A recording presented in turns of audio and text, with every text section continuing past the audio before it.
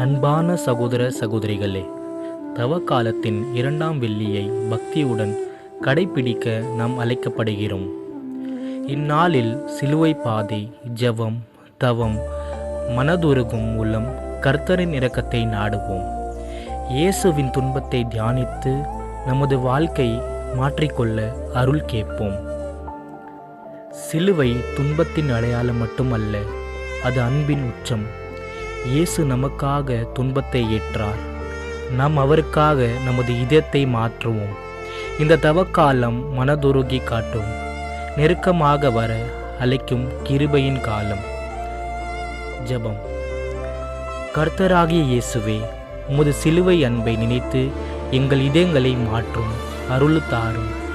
எங்கள் பாவங்களை மன்னித்து தாழ்மையில் அன்பிலும் வாழ உதவும். இந்த தவ காலத்தில் உமக்கு நெருக்கமாக நடக்க எங்களை வழிநடத்தும். ஆமேன்.